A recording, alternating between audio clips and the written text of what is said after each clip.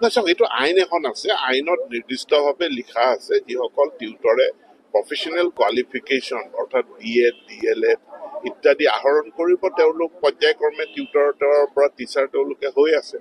আৰু ইতিমধ্যে মাননীয় মুখ্যমন্ত্ৰীয়ে ঘোষণা কৰিছে যে যিসকলে টিউটৰ হিচাপেই থাকি যাব, টিচাৰ হ'ব নোৱাৰে, তেওঁলোকৰ দৰমহা বৃদ্ধি কৰিব 1 অক্টোবৰৰ পাছত, অৰ্থাৎ অক্টোবৰৰ পাছত তেওঁলোকৰ দৰমহা বৃদ্ধিৰ প্ৰস্তাৱো ইতিমধ্যে আমাৰ শিক্ষা বিভাগে প্ৰচেছ কৰিছে। না চাওক এইটো আইন এখন আছে, আইনত নিৰ্দিষ্টভাৱে লিখা আছে যিসকল টিউটৰে প্ৰফেচনেল কোৱালিফিকেশ্যন অৰ্থাৎ BEd DLEd ইত্যাদি আহৰণ কৰিব তেওঁলোক পৰ্যায়ক্ৰমে টিউটৰৰ পৰা টিচাৰ তেওঁলোকে হৈ আছে।